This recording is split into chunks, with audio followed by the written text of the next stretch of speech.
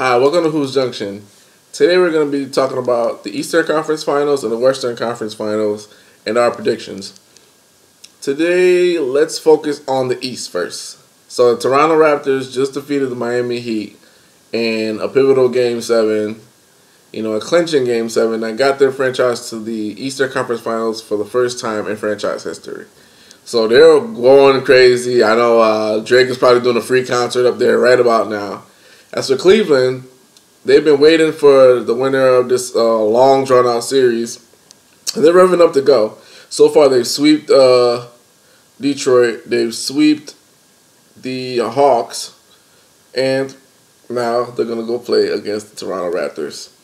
And for the matchups, I think Cleveland has way more advantage, just for the simple fact that LeBron has advantage on DeMar Carroll, DeMar DeRozan, whoever you put on him, he has an advantage.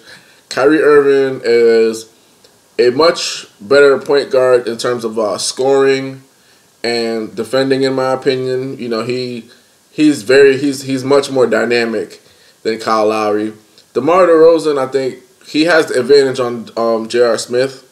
And Kevin Love, I mean, who's going to go up against? Bismack Biyombo or when Valanciunas comes back, so maybe they'll go head up. But that being said, when you already hear the matchups, Kyrie has an advantage, LeBron has an advantage, Love has an advantage, especially if he's drawing people out. Right then and there, that tells you who I'm leaning towards. I'm leaning towards the Cleveland Cavaliers. I would love, and I'm leaning towards them in 5. I think Toronto can actually win a game, but I don't know if they will win a game. So I'm saying 5 just to give them respect, but it could be a sweep actually, because the issue that many teams in the East face when they go head to head with LeBron and the Cavs, or LeBron when he was with the Heat, they cave under pressure. It's way too much pressure. You notice that with the Indiana Pacers, they had like a 2-1 lead on the Heat. Too much pressure. Then they played them again. Same kind of deal. Too much pressure. With the Cavs, the Detroit Pistons, they gave them a lot of tough games. Just too much pressure. It's like LeBron has the East underneath his deodorant. It's just way too easy for him. He's sunning these guys. The issue with the Raptors, they've been giving up game ones time after time after time after time again. You cannot give up a game 1 to the Cavs. I mean, if you give up a game 1 to the Cavs, or in their case, game 3 to the Cavs, it's already over before it even started. So, and that being said, it's just like Kyle Lowry has been inconsistent, DeMar DeRozan has been inconsistent, and then they barely use Valanciunas. He's a beast down low, but it's just like whenever he's the main guy, the offense just sticks. It's not fluid. It's like he could get the buckets when you're not going to him directly, but when you purposely put the ball in the post for him, it doesn't go well. So that being said, and this is their first time, LeBron has been there countless of times, and the experience that the team has, that the Cavs have, is way more than the Raptors. I think the Raptors are kind of like, I'm happy to be here kind of mode. I'm happy to be here. We made it. We're excited. We got past the Heat, yada yada yada. But they just, to me, they're a good team. But they're just like, they haven't gelled yet. They haven't got that mind frame yet. They haven't expected excellence. Like, all this lackluster play by Kyle Lowry and DeMar DeRozan, that's not acceptable anywhere else. Like, we would never accept that from the Warriors. Or we wouldn't accept that from the Cleveland Cavaliers. We wouldn't accept Kyrie Irving and LeBron James to have back-to-back games or dropping game 1s. That would be completely out of the question. We would just be like, what the hell's wrong with you? But these guys would come to accept it and expect it. So that being said, I mean, this just doesn't bode well for them. I don't think mentally they're ready for this series. I think physically they could play. They could ball, they could shoot, they could run up and down the court. But mentally, it's going to be a grind. It's going to be, are you following the game plan? Are you not overcommitting? Are you closing out on those shooters? Are you boxing out for those offensive rebounds? I mean, coach could tell you this all the time, and you could know you have to do it. But with the Raptors, they just don't. They're not a disciplined team. And the fact that Kyle Lowry is up and down like a bad stock, I mean, it doesn't help. You know what I'm saying? DeMar DeRozan is the same thing. They take like 27 shots just to get 27 points. I mean, it's ridiculous. It's ridiculous. So I'm leaning towards the Cavs. I'm leaning towards the Cavs in 5. I wanted to see them play the Heat fully healthy. You know, I felt like Dwayne Wade, if Chris Bosh was here and Hassan Whiteside, that would have been a crazy matchup because it would have been like, you know, it would have been like the Empire Strikes Back. It would have been epic, you know, old friends, so many storylines. And then not to mention you have a big guy in the middle. You would have had Chris Bosh if he didn't have the blood clots, and hope he gets well soon. You know, he would have came back. He would have been perfect. He would have spaced the floor. That could be another guy that could go at Kevin Love. So it would just been so many cross matchups that it would just be entertaining to watch, period. Because it wouldn't be so much head-to-head. It would just be so much like, okay, where am I gonna go small? When am I gonna go big? How are we gonna counteract this? So, right with the Raptors, it's not that much challenge. I mean, to me, I think DeMar Carroll is a great defender. He'll do a pretty good job on LeBron. But other than that, I mean, I don't think they can find enough scoring to deal with the Cavs offense, because the Cavs offense is drive and kick three, move, drive, pass, three. It's all three ball related. So maybe they could figure out a way to defend the perimeter better, but I don't think so. I just don't think so. I don't think they have enough. And, you know, it's kind of sad because if you think about it, LeBron will be going to, what, 6 or 7 straight finals? I mean, can anybody knock him off out there? Come on, guys. You got to do a better job. But let's move on to Western Conference Finals. Western Conference Finals, we have the Golden State Warriors against the Oklahoma City Thunder. Now, I'm not gonna talk about regular season matchups for both of these teams because I think the Raptors were 2-1 and the Golden State Warriors is 0-3. Talking about right now how they're playing. Right now how both teams are playing, it's gonna be a great matchup. I like it. I like that Westbrook versus Curry matchup because everybody's been talking about that for years. Oh, you know, they wouldn't have won because Westbrook he was injured, so that's why they won. Yada yada yada. They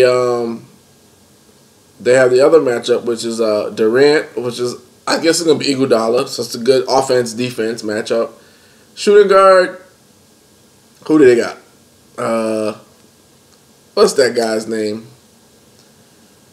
Roberson. Roberson is the guy. Now, Klay Thompson has an advantage on Roberson, and if Klay Thompson does not exploit this advantage, I know something about him. I'll know that he's not ready to be the guy. Klay Thompson has a distinct advantage. He can move without the basketball. He can shoot the basketball. He can get Roberson in foul trouble. So that being said, I want to see Klay Thompson be big this series. For the Warriors, Klay Thompson is that X factor. Straight up and down, he's the X factor. He has to come out to play every single night. No ifs, ands, or buts about it. And when you think about Cantor and Adams, they have an advantage on the boards, but offensively, they don't have an advantage. And I know the Warriors are going to put them in pick and roll all day long. Don't even worry about that. That's all day. They're going to move the ball and get those guys in pick and roll. Either get them in foul trouble or they're going to post up, you know, with the cross matches and switches. Draymond Green's going to get to post up Westbrook and get Westbrook in foul trouble. So that's going to be a great chess match. And I already know that Steve Kerr has learned from all Popovich's mistakes, not moving the ball, trying to go one-on-one, not forcing the other guys to beat you. Because if you look at the series that the Spurs played with OKC literally defeated the Spurs through two things: offensive rebounds on Westbrook and KD. They every game, literally KD and Russell Westbrook, besides game 1, they got off. They each had like 20+ points, bunch of assists. Like, they got to the line 10 times each. Steve Kerr is not going to make that mistake. They're going to try to keep a wall in front of those two and let Roberson beat you from 3. Let what's his name post up head to head. They're not even going to double. They're not going to do any of that stuff. They're just going to say, okay, Ibaka, you got to beat us. We're not going to let Westbrook beat us. They're going to probably trap the screen and make Adams have to roll or have a 2-on-1 because those guys aren't used to doing that. So that being said, it's going to be crazy. I like that matchup. I like it in favor of Golden State. I think this is a 6 or 7 game series. I'm leaning more towards 6 for Golden State because they've been together much longer, and they have they have like so if Greg Popovich is like if Greg Popovich is like the Sith, then Steve Kerr is like Darth Vader. So it's just like going from one thing to the next thing. It's like going out of the frying pan into the fire. You see what I'm saying? So not only are you playing a team that is Spurs-like, but they have athleticism, just as much athleticism as you do. They have a deeper bench than you do. So OKC has a newfound confidence. They're really happy as to what they've been doing. They feel like it's been awesome, and I commend them. I feel like they've learned how to play. But you got to understand, when you're going against Golden State and you're down 10 points, down 12 points, and you start turning the ball over again, you start going one-on-one again, you start having Russell Westbrook start making bad decisions here and there. Because don't even think that he hasn't made bad decisions in these playoffs. It's just like OKC has gotten like a perfect storm of things. They've learned how to gel together, and then they've got some good calls they got some good breaks. So like when you're going against Golden State Warriors, you're gonna need good breaks. But the thing is, a lot of times the better team gets most of the breaks. If you ever notice like a Cavs game, a Warriors game, the teams that play against them are very frustrated because they're not getting the calls. They're not getting this, they're not getting that, and then that's when all the mistakes start taking place. Especially like, I don't think Billy Donovan can sit Westbrook or Durant any time this series, and Steve Kerr is going to be able to sit his guys, and the bench is going to be able to come in and do a good job. So the shot blocking for OKC, the rebound is going to be great, but if you think about it, if you have Draymond Green, he could hit threes. So Adams has to come out, or Cantor has to come out. All right, now you have Maurice Space, he could hit threes. So Adams has to come out. Ibaka has to come out on the perimeter. You put him in the pick and roll against Stephen Curry, he's getting cooked. And you know Westbrook is over-aggressive. So that can play to their favor or not play to their favor. I think OKC can definitely win a couple games, but in terms of the advantage Klay Thompson has on Roberson, I mean, that's pivotal. He has to dominate that matchup at every chance he can get. None of that Danny Green stuff. You got to play hard, man. You got to bring it. And then you have a great bench. You have Livingston. So I expect them to make some good work. I put it to be a good series, but deep down at the end of the day, I just feel like the Warriors have too much, and they have right now they have the best player in the game right now. Yes, I said it. You know, LeBron might be valuable, but yo, when Curry is hitting from 30 feet, there's nothing you could do about that. And it's just like when you miss 2 or 3 shots and he comes down and hits a 3. Then you miss a shot, Klay Thompson comes out and hit a 3.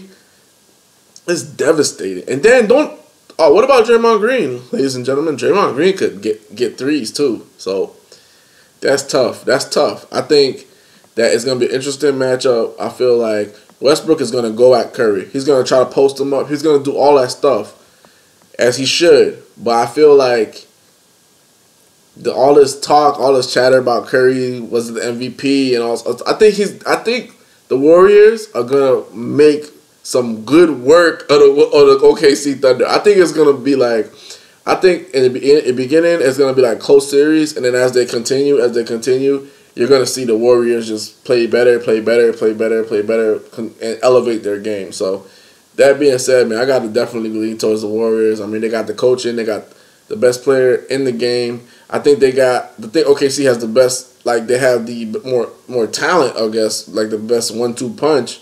But when you're playing elite teams, it takes more than a 1-2 punch. It takes more, it takes other things than that. And guess what? They just faced off against McCollum and